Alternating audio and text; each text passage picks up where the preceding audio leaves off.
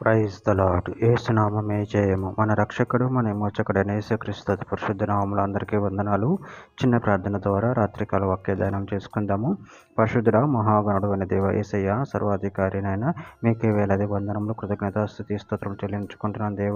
దేవ రాత్రికాల సమయంలో ప్రభు వాక్య భాగం ధ్యానిస్తుండగా వాక్య భాగం అర్థమూట్లు సహాయం చేసి మీ కృపలో బలపరిచి మీకు మాదిరిగా మమ్మల్ని నడిపించమని చిన్న ప్రార్థన యేసుక్రీస్తు అతి పరిశుద్ధ నామములో అడిగి వేడుకుంటున్నాను తండ్రి. Amen amen.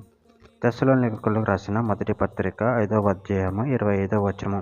సహోదరులారా, మా కొరకు ప్రార్థన చేయుడి. ఆమెన్. దేవుడి వాక్య భాగం దీవించును గాక. ప్రభునందు ప్రియులారా, ఇక్కడ వాక్య భాగంలో గమనించినట్లయితే సహోదరులారా మా కొరకు ప్రార్థన చేయుడి. అదేవిధంగా వాక్య భాగంలో గమనించినట్లయితే ఎఫెసీయులకు రాసిన పత్రిక 6వ అధ్యాయం 18వ వచనంలో ఆత్మ వలన ప్రతి సమయమునందును ప్రతి విధమైన ప్రార్థనను విజ్ఞాపనను చేయొచ్చు.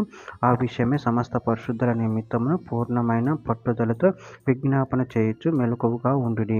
ఫిలిప్పీయులకు రాసిన పత్రిక 4వ అధ్యాయం 6-7 వచనం. దేనిని గురించి చింతపడకుడి గాని ప్రతి విషయంలోనూ ప్రార్థన విజ్ఞాపనముల చేత కృతజ్ఞతాపూర్వకముగా మీ విన్నపములు దేవునికి తెలియచేయండి. అప్పుడు సమస్త జ్ఞానములకు మించిన దేవుని సమాధానము యేసుక్రీస్తు వలన మీ హృదయములకును మీ తలంపులకును కావలియుండును. మత్తయి సువార్త 7వ అధ్యాయం 7-8 వచనాలు.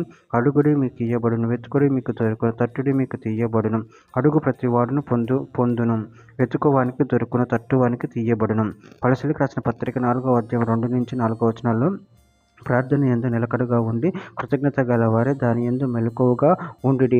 మరియు నేను బంధకములలో ఉంచబడుటకు కారణమైన క్రీస్తు మర్మమును గూర్చి నేను బోధించవలసిన విధముగానే ఆ మర్మమును వెల్లడిపరిచినట్లుగా వాక్యము చెప్పుటకు అనుకూలమైన సమయము దేవుడు దయచేయవలనని మా కొరకు ప్రార్థించుడి.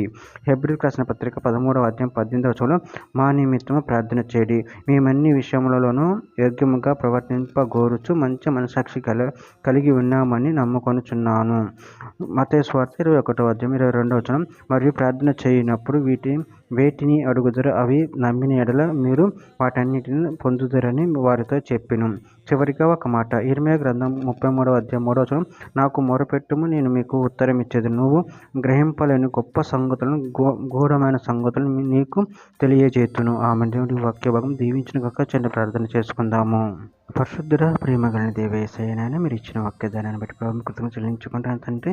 నాన్న మెలకువగా ఉండి ప్రార్థించే శక్తిని బలాన్ని మాకు అనుగ్రహించండి. మా సోదరుల కొరకు ప్రార్థించే శక్తిని బలాన్ని మాకు అనుగ్రహించి మీ ప్రేమలో కృపను మమ్మల్ని బలపరిచి స్థిరపరిచి మీకు మాదిరిగా మమ్మల్ని నడిపించమని చిన్న ప్రార్థన అడిగి వేడుకుంటున్నాను తండ్రి. Amen amen.